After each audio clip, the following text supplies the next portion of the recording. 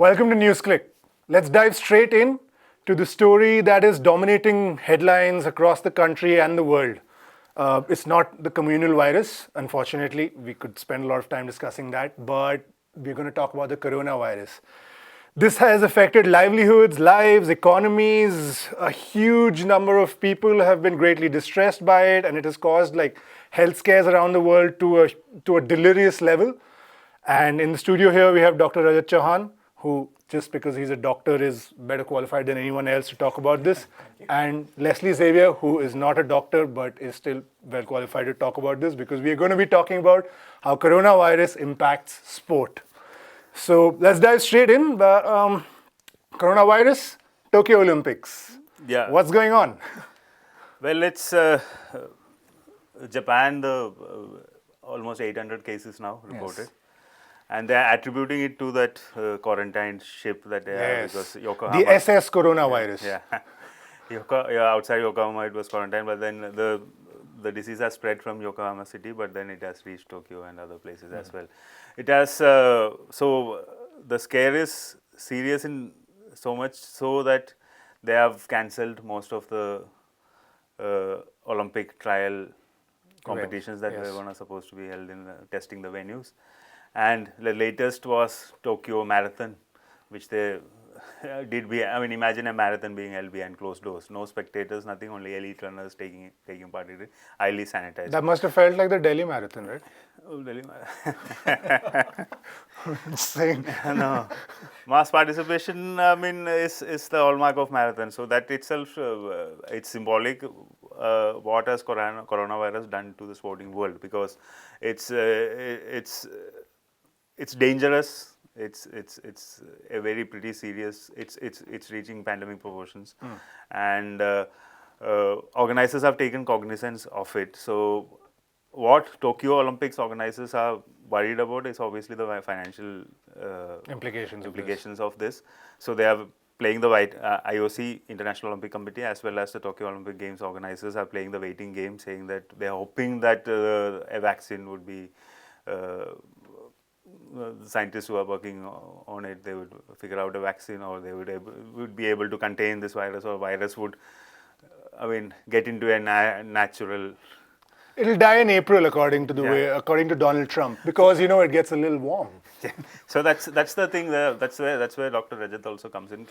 There have been a lot of myths going around around this virus, and also the fact that in India we seem to be oblivious to the dangers around it. So, Doctor. So first, Doc, I want to ask you, there's this one alcoholic company. Are we going to get the virus if we drink it? No, it's okay, great. That we are safe. So next, you organize a sporting event. Yeah. So I want to get an insight from you about the implications of cancelling.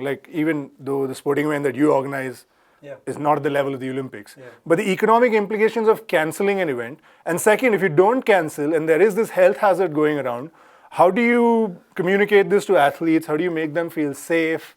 And just that whole thing also. Also, how do you justify it? Yes, also, absolutely. Public safety has that.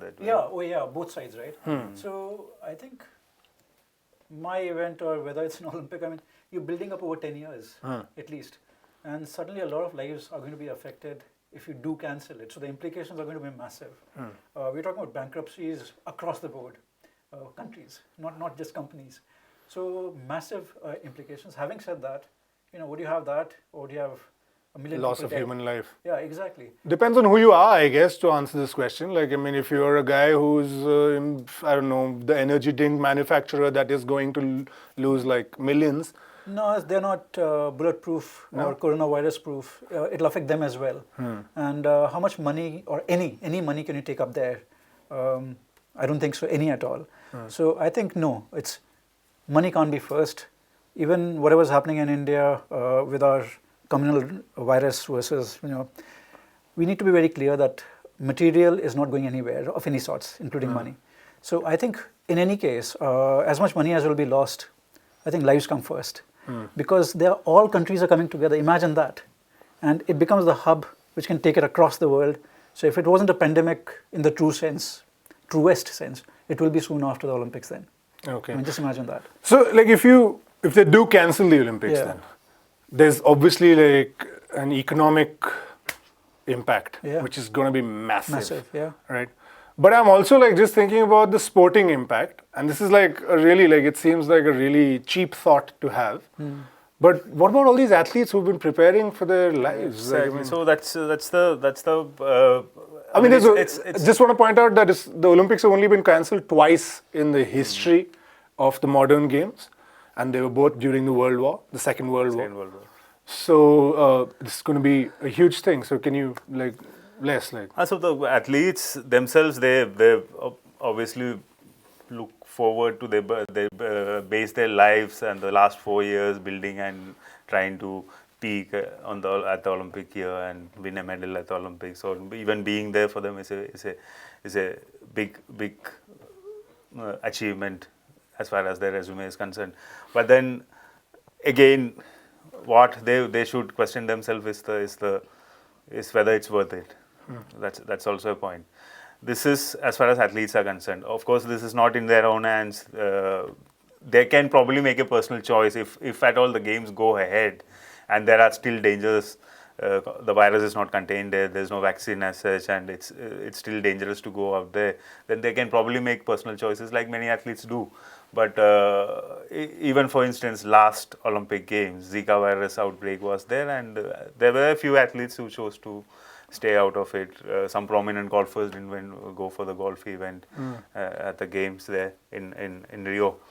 So personal choices they can make, obviously, and I feel that the athletes should make those personal choices, conveying and expressing the right message, saying that we are taking cognizance of this and we are doing a selfless act, and conveying this message to the larger masses, saying that this is a serious issue, health issue. This is like a big thing because you're talking about like athletes now speaking up and Yeah.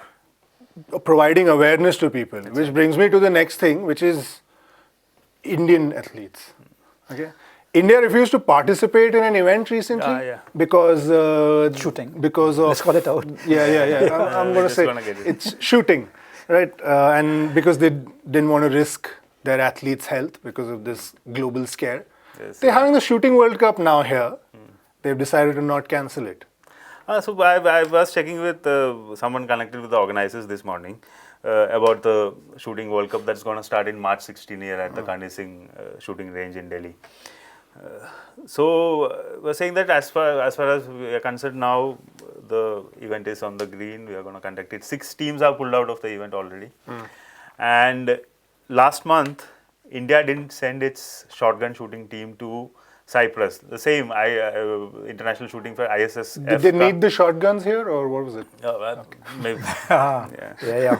So that's a larger topic that we can discuss, I guess. But so they didn't send a team there, and Cyprus at that point, even now, I guess, even till date, there's not been a reported case there. There have been quarantines because they are careful about whoever has traveled to Italy, for instance, and all that. So, but otherwise, there has not been a case. And There have been reported cases in Delhi, by the Delhi, way, as of today morning. Yeah. And so, what the Shooting Federation had cited at that point was that there have been directives to us from the health officials, and also we don't want to risk our athletes. So, are the athletes not on risk when these foreign athletes will come here, foreign shooters will come here, traveling via whatever destinations that they are traveling by, and then, I mean, it's open season then. Open shooting season, if you call them, because anybody can be a carrier. So actually, like, perfect. So, Doc, I want to like also this can also be a nice little bit for just the viewers watching this, all 7 of them. What the basic methods of contracting this is, how you can prevent this. Like, can you just give me a basic idea of like how, say, athletes could contract this, and this would also apply to normal people. And also whether being in a stadium atmosphere where there are thousands convene, does it magnify the? I mean, this is essentially it's like you're in a crowd. Yeah.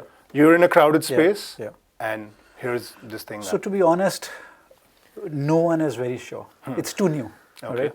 And what we really figured so far, and we as in doctors, the medical fraternity, coughing and sneezing being the biggest, so the droplets having the virus on it goes wherever it does when you do that.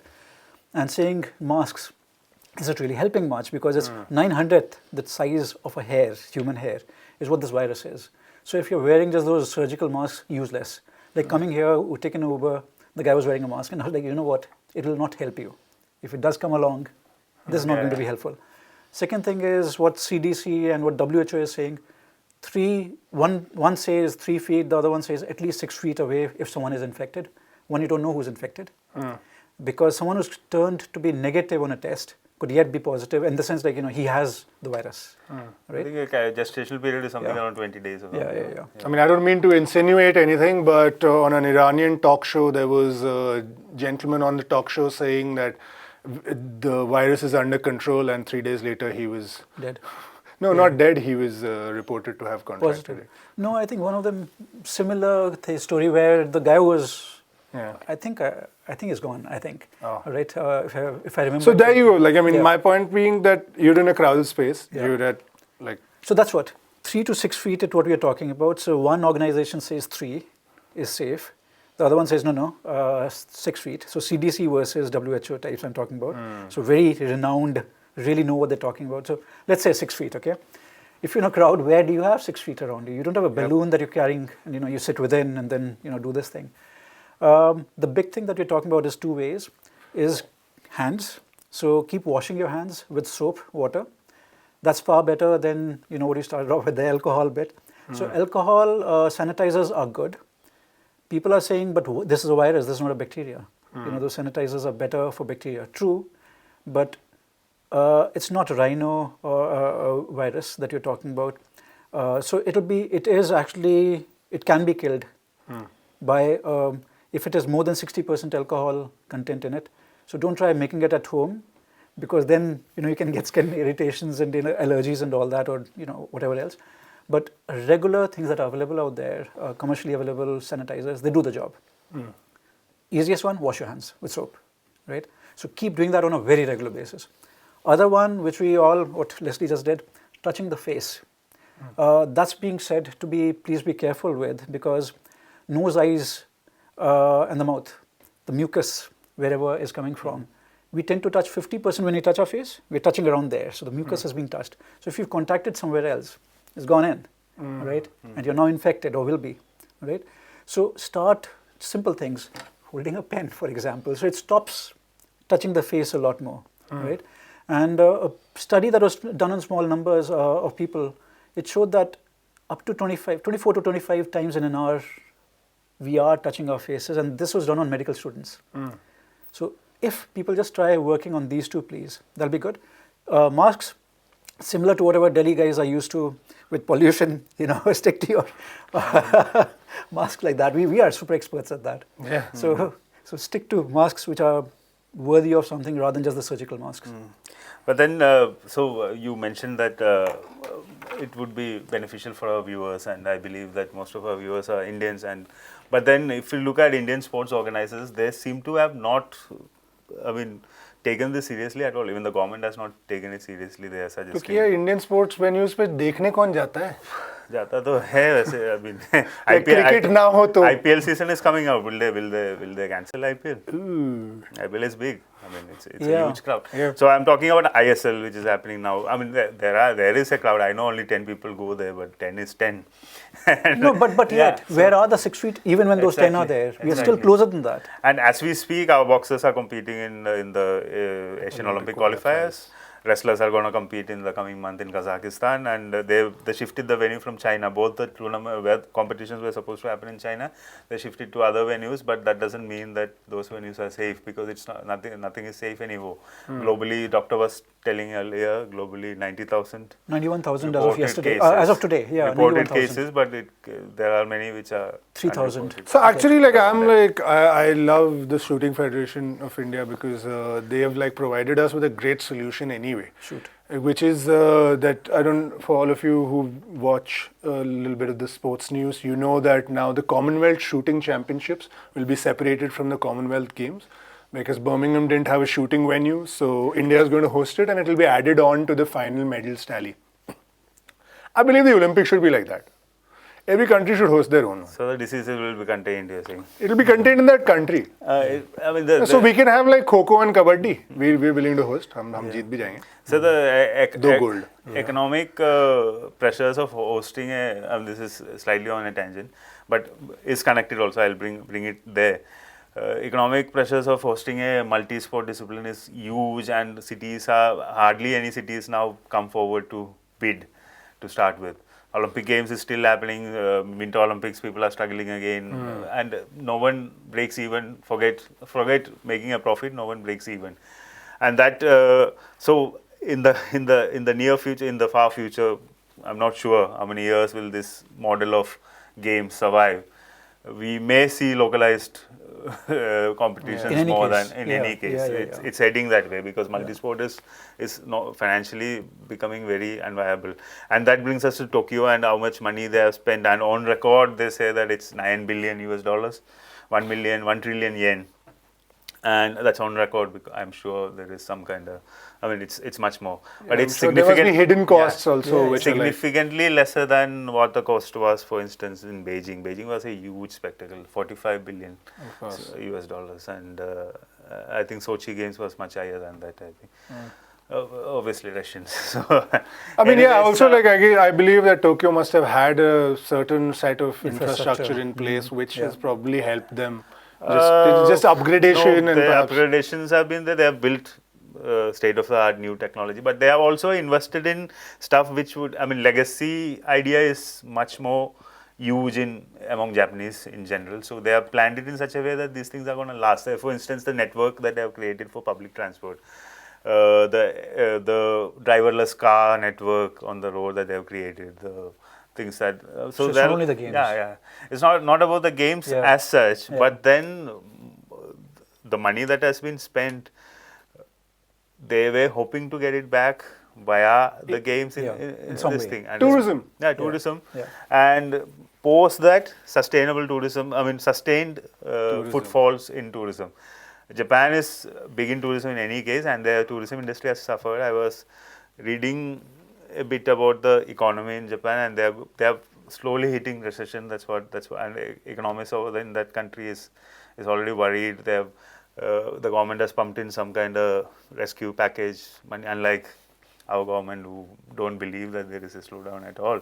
There is a rescue package for unemployed youth in this country also. No, but you get to do World Cup shooting. No, but see, it's been happening even before the March or 6th March or whatever it is, right? We've been practicing it on the streets. So, and then beyond that, beyond the implications for Japan, there is also an implication for global sport. So the financial gains or the percentage of financial gain that the International Olympic Committee gets from each Olympic games, they give it back to the sport. They give it back to global sport, they give it back to countries, federations for development of grassroots, development of sporting infrastructure in areas where in countries where it's very difficult to build that infrastructure on their own. So that I mean this crisis, and if at all this leads to a cancellation, that's going to impact not just the immediate investors in it, but it's going to impact the future at a larger level of sport. So that is a larger implication as such. But future of sport versus the future of humankind that way, because we are talking about lives here too. So that's the question, and we have to take that call, and we have to take a serious call. And the serious call is that sport can wait for now because we have to be careful about it. We have to protect our people, protect our athletes, and give out the right signal also. We care about our lives. Last winter, they held a cricket match during the height of smog here, India versus Bangladesh. 50,000 people in the stadium breathing this, players getting sick, playing in the ground. And the organizers, the BCCI, they just showed that they don't care. I just want to say that those players who were getting sick were outsiders. They were not our guys.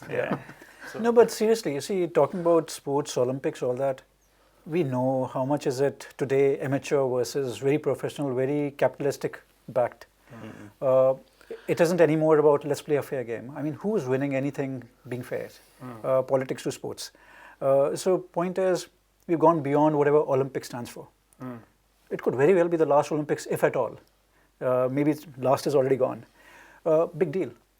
Because the point really is, in this rat race, we've spoiled whatever Olympics stands for. Yeah. So if we are going to do regional stuff, particular sports in particular regions, so be it. We are really risking, are we talking about 1/10 humanity being wiped out just because of Olympics? It's a simple question to answer then.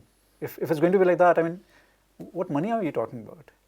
Yeah. It can be as serious as that. I think this is a story that's still developing. Yeah. There's like the IOC, there's been members of the committee who've come out and said that they are actually looking at cancelling the Olympics. The cutoff is May. They say that we'll wait till May to take a final call on this. Fair. Yeah. But I'm just, whenever I think about cancelling the Olympics and all the sense that you guys have just talked about and just, the amount of common sense it makes, all I can think about is that picture when the Tokyo Olympic Committee that bid for the Olympics, the joy on their faces when they won the bid, all I keep flashing back is that. Yeah. And I keep thinking about all those athletes for whom it's a dream to play at the Olympics. But, of course, sometimes sports has to take a backseat.